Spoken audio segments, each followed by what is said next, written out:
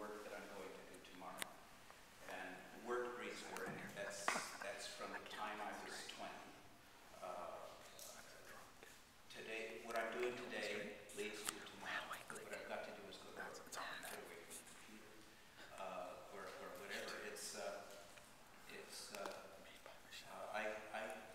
Personally, I cannot possibly plan what or have absolutely no idea what my work will look like in 2 years. It will look like my work because I seem to be lumbered with it. I invest in a painting like all of the artists do, everything they have in a particular project. And while I'm painting a painting, that painting is alive because it has all of my living thoughts, all of my emotions, my everything, my problems, my anger, it's all in that painting. And when the painting is dead, when the painting is finished, it's dead. And I've thought about it as being like, it's alive all the time I'm making it. But once it's on the wall, it's like what happens with coral. When it dies, it becomes something else. And I sort of have that attitude, but I think of my own specific painting as being alive only while I'm making it. And what I'm doing next week will definitely be based on ideas that I was developing while I was working this week. And it's not lofty, but it's real and it works. So I absolutely agree that work generates work and ideas generate ideas.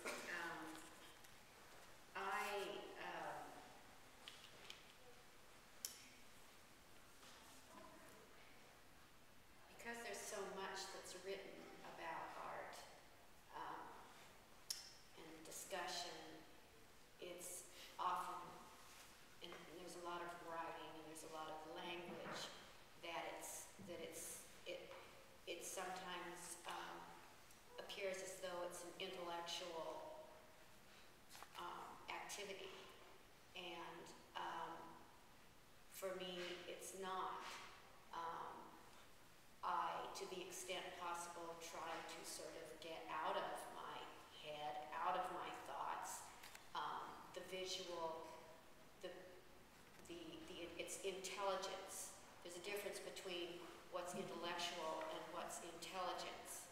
And intelligence is a visual, there is a visual intelligence that in work that lives, that absolutely vibrates, it works on you, it changes you, you feel it cellularly, and it's beyond or below or above words. And the condition that I find myself in the attempt to sort of find that place, is dismantling what I know.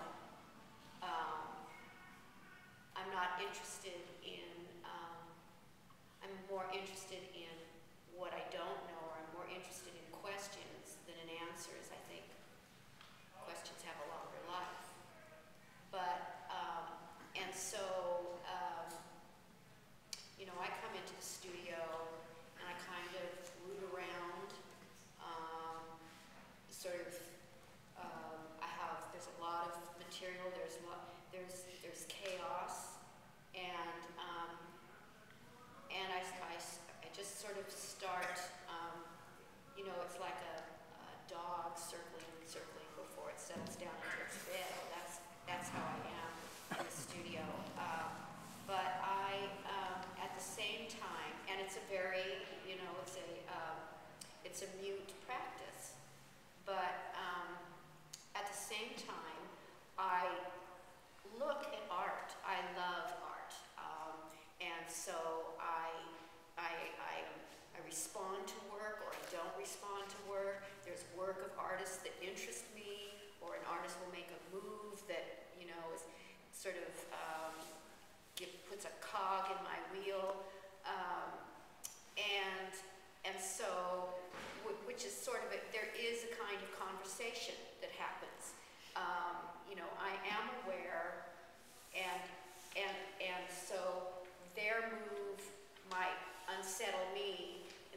definition, you know, what's my move? And so even though, you know, it's the way to keep going, to keep moving, to keep making moves in your work.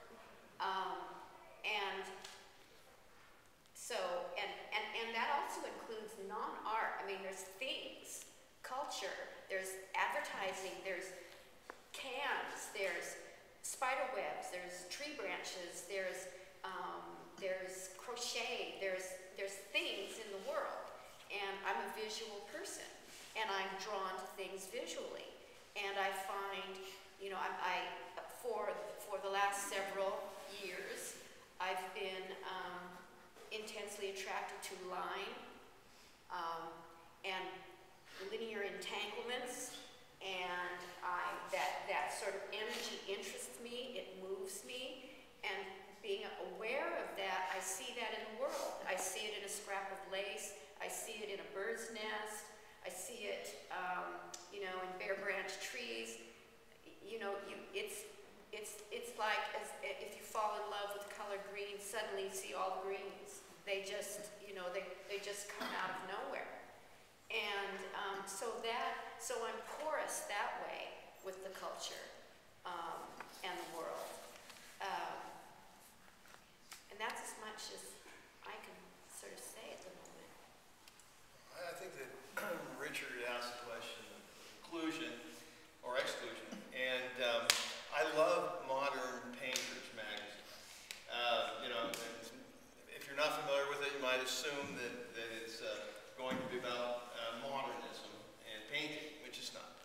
It's, you know, it's highly inclusive of what's going on, and it seems to me like that question or that declaration that painting is dead is really making the assumption that we're going to organize things around materials and technology or around media.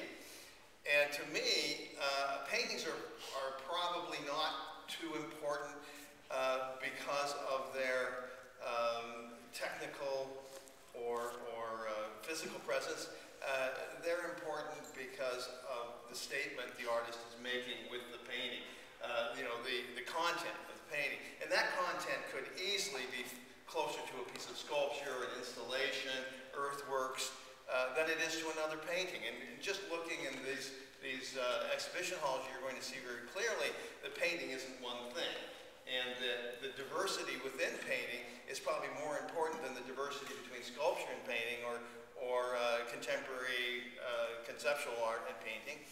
I've chaired grants, visual arts grants, programs, grants committees, and interestingly enough, coming from like the U of O faculty that are all conceptual artists, was the idea that you can evaluate all the media, all the forms of visual arts expression in one simple way, and that is, does the artist have vision?